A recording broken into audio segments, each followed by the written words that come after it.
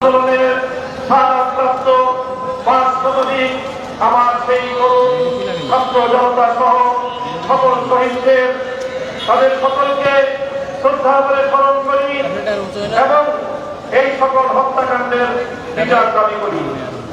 সেই সঙ্গে এই সকল শহীদদের পরিবার পরিজন এবং যারা আহত হয়ে হাসপাতাল এবং বিছানায় কাতরাচ্ছে তাদের পাশে দাঁড়াবার জন্য দেশবাসীকে আহ্বান জানাই। সেই সঙ্গে আমি এই সকল হত্যাকাণ্ডের সঙ্গে জড়িত বিগত প্রেসিডেন্ট জালিম সরকার এবং এই হত্যাকাণ্ডের সঙ্গে সরাসরি জড়িত প্রশাসনের সকল ব্যক্তিদের দায়ীদের বিচার করে তাদেরকে যথোপযুক্ত শাস্তির ব্যবস্থা নিশ্চিত করা। সাথীয় বন্ধুগণ, হেফাজতে ইসলামের মধ্য থেকে অন্তর্বর্তীকালীন সরকারকে আমি স্বাগত জানাই, তাদেরকে আহ্বান জানাই, বলতে চাই দেশ ও জনগণের পক্ষে আপনারা যে কাজ করবেন তাদের প্রতি তার প্রতি আমাদের অকুণ্ঠ সমর্থন থাকবে। আমরা আশা করব দেশ জাতীয় ইসলাম বিরোধী কোনো কাজে আপনারা পদক্ষেপ নেবেন না, আপনাদের দ্বারা সেই ধরনের কোনো কাজ হবে না। করতে চাই ইন্ডাস্ট্রিয়াল এরিয়া, বিভিন্ন মার্কেট সহ ব্যবসা বাণিজ্যের স্থান, আবাসিক এলাকা, মহাসড়কগুলোতে আমাদের হেফাজতে ইসলামের নেতাকর্মী আলেম সমাজের দেশবাসীকে ভলেন্টিয়ারের দায়িত্ব পালন অব্যাহত রেখে দেশের শান্তি শৃঙ্খলা অব্যাহত রাখার জন্য যে কোনো ত্যাগ স্বীকার করতে আমি আহ্বান জানাই। সেই সঙ্গে সংখ্যালঘু ইস্যুটিকে অযথা অপ্রয়োজনে এটিকে গণমাধ্যমের সামনে অযাচিতভাবে উপস্থাপন করে দেশের ভাবমূর্তি শূন্য না করার জন্য সংশ্লিষ্ট সকলের প্রতি আমি উদাত্ত আহ্বান জানাই। সেই সঙ্গে আমি আজ এই মঞ্চ থেকে স্মরণ করছি বাংলাদেশের লক্ষ কোটি প্রবাসী রেমিটেন্স যোদ্ধাদেরকে, যারা বাংলাদেশের অর্থনীতির মেরুদণ্ডকে সঁধে রেখেছে, যাদের রেমিটেন্স যুদ্ধে ফাঁসিবাদী সরকারের অর্থনীতির ভিত খসে পড়েছিল। সুতরাং আবার তাদেরকে আমি আহ্বান জানাতে চাই, বাংলাদেশের প্রবাসীরা যারা যেখানে আছেন আপনারা রেমিটেন্স পাঠিয়ে আমার দেশের নতুন সরকারকে সহযোগিতা করুন, দেশের অর্থনীতি পুনর্গঠনে আপনারা ভূমিকা পালন করবেন। সেই সঙ্গে আমি অন্তর্বর্তীকালীন সরকারকে উদাত্ত আহ্বান জানাতে চাই, রেজিম সরকারের বিরুদ্ধে বাংলাদেশের ছাত্র জনতার পাশাপাশি গোটা বিশ্ব জুড়ে আমাদের প্রবাসী ভাইরা তারা রাজপথে নেমে এসেছিল আন্দোলন সংগ্রাম করতে গিয়ে স্থানীয় রাষ্ট্রের আইন শৃঙ্খলা পরিপন্থী কাজ হয়ে যাওয়ায় তারা অনেকেই বন্দী জীবন যাপন করছে। কূটনৈতিক যোগাযোগের মাধ্যমে অতি দ্রুত তাদের সকলের পাশে দাঁড়িয়ে আমার সেই সকল প্রবাসী ভাইদেরকে মুক্ত করার ব্যবস্থা গ্রহণ করবেন। বৈষম্য বিরোধী আন্দোলনের প্রধান বৈশিষ্ট্য ছিল ঐক্য। এখানে স্কুল, কলেজ, ভার্সিটি থেকে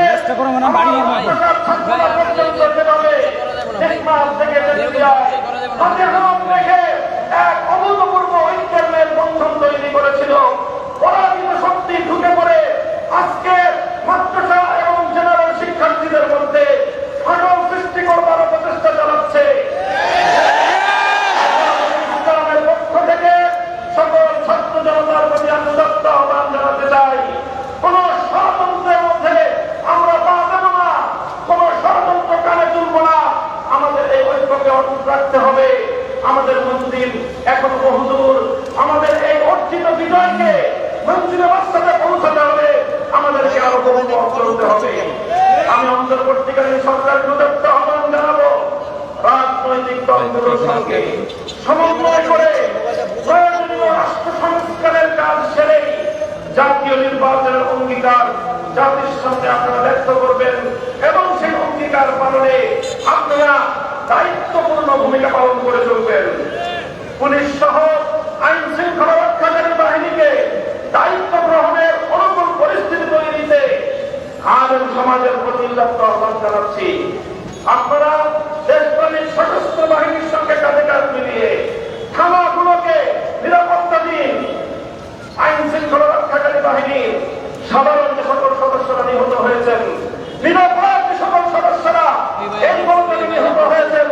তাদের প্রতি আমি সহযোগিতা জ্ঞাপন করছি। সেই সঙ্গে যে সকল দুষ্কৃতিকারী অফিসারদের নির্দেশে এই সরল প্রাণ সাধারণ পুলিশ সদস্যদের জীবন গিয়েছে, এর জন্য তাদের উপযুক্ত বিচার বিভাগীয় তদন্তের মাধ্যমে শাস্তি নিশ্চিত করার উদাত্ত আহ্বান জানাচ্ছি। আমি হেফাজত, আলেম সমাজ ও বিরোধী মতের লোকদের বিরুদ্ধে দায়েরকৃত সকল মিথ্যা মামলা অনতিবিলম্বে প্রত্যাহার করার আমি জোর দাবি জানাচ্ছি। ছাত্র জনতার প্রতিবাদ বিরোধী অভ্যুত্থানের উদ্দেশ্য বাঞ্চালের চেষ্টা চলছে, আজও চেষ্টা হয়েছে।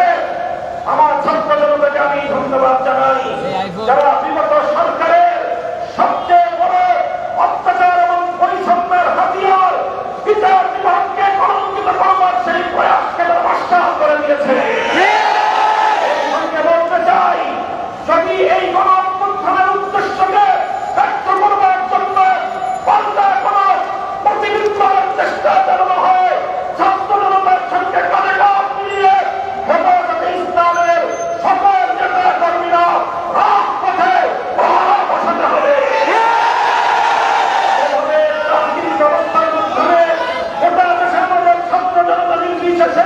জনগণের যেইভাবে সেবা করে যাচ্ছে স্বাগত জানাই।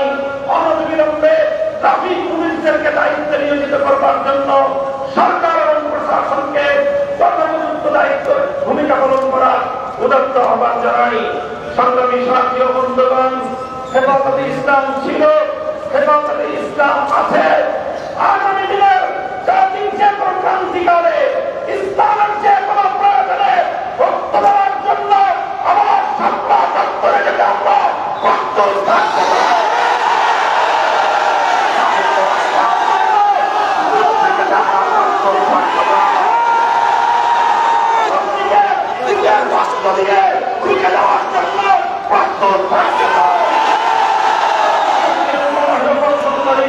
আসসালামু আলাইকুম ওয়া রাহমাতুল্লাহ।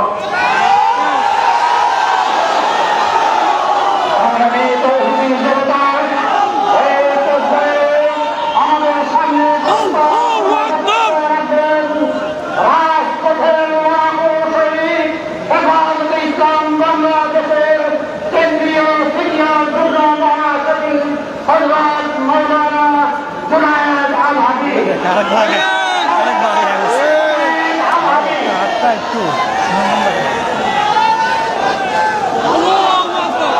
السلام عليكم ورحمة الله وبركاته. نحمده ونصلي على رسوله الكريم. أما بعد. হেফাজতে ইসলাম বাংলাদেশ কর্তৃক আয়োজিত আজকের এই সমাবেশে বন্ধুগণ, সংগ্রামী সভাপতি, মঞ্চবরিষ্ঠ কেন্দ্রীয় নেতৃবৃন্দ, সহযোদ্ধাবৃন্দ, সমবেত সাথী ও বন্ধুগণ,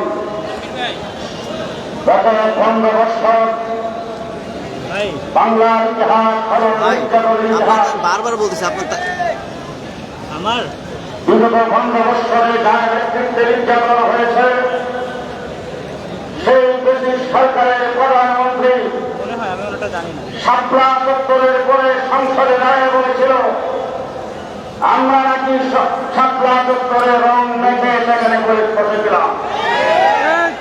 পুলিশ দেখে আমরা দৌড়াদৌড়ি করেছি, আমাদের শরীর থেকে রক্ত পড়ে রাস্তা রঙিন হয়েছে।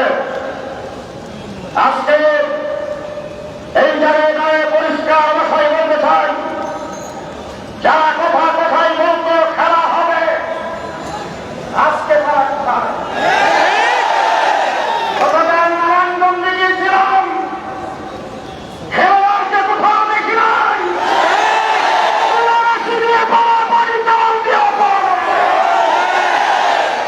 সংগ্রামী সাথী বন্ধুগণ, পিলখানার আর্মি অফিসারকে হত্যা করে দেশকে অবাধ্য করে রাষ্ট্র পরিণত করতে চেয়েছে, রাষ্ট্র পরিণত করতে চেয়েছে। পিলখানার প্রত্যেকটা অফিসারের হত্যা বিচার প্রকাশ্যে করতে হবে। 2013 সালের 17 অক্টোবরে তার জন্য